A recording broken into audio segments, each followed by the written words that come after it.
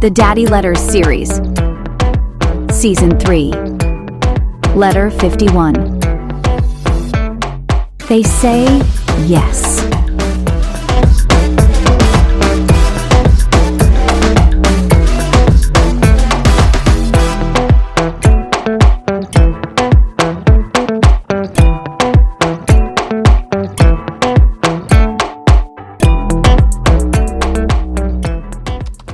Dear son, Rule and I talked and decided to grant your request to provide premarital counseling for you two.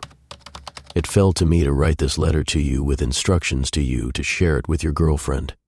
Since letter writing has worked so well for us in the past, we will continue that format, but your parents will collaborate and send a joint letter to each of you. When the subject warrants it, our wives will step in and do the writing because some subjects may require a female point of view.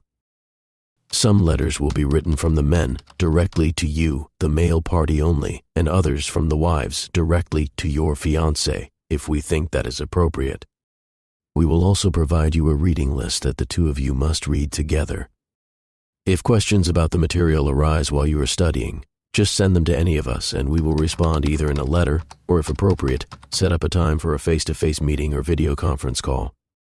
We really hope you are ready for this, because as we get into subjects such as what to expect as you adjust to sex together, it may be harder than you think to talk about that with your parents. Truthfully, I know it is going to be hard for your mom when the discussion gets personal.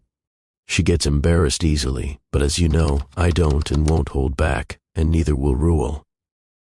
We are also going to use the premarital counseling model that Rule created as the framework for delivering your counseling. It is actually a remarkable piece of work, and honestly, I don't know how that guy finds time to do the stuff he does. But it seems he was providentially led to create this model long before he could possibly know he was creating it for a daughter's premarital counseling engagement. It makes me misty thinking about how God orders our steps so that years later, we end up in the right place, doing the good thing with the right people. Okay, so here we go. Your counseling officially begins now, but probably not like you think. We start by coaching you through what Rule calls the pre-work phase. It is kind of like guiding you to counsel yourselves. We want you and your fiancé to spend a week in self-examination and confession.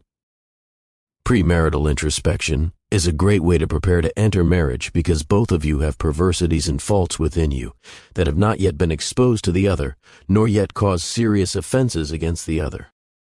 You know what they are, and for the ones you might not be aware of, and no doubt they exist, seek God's help to reveal them to you by praying the prayer of David in Psalm 139, verses 23 through 24, which reads, "Search me, O God, and know my heart. Test me and know my anxious thoughts. See if there is any offensive way in me, and lead me in the way everlasting." Be specific as you identify the flaws in your character, your ways, habits, and dispositions that offend God, others, and may offend your mate. Only through specificity can you develop a plan for transformation and remove these faults. Your self-examination will reveal some faults that need to be confessed to each other, and others you may need to confess to people outside your relationship.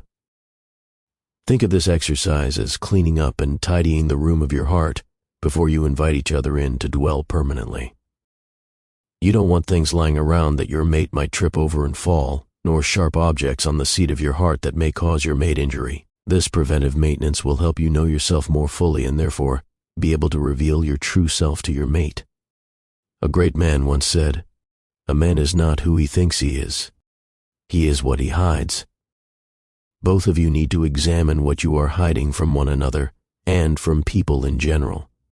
These hidden things are informants and will bear witness to the truth about you.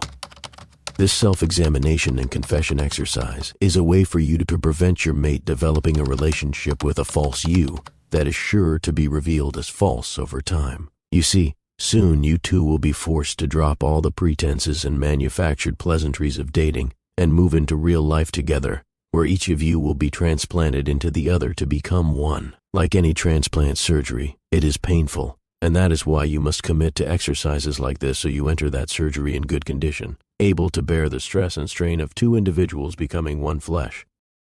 Nothing reveals the true self more than stress, and stress is guaranteed to beset the early years of adjustment.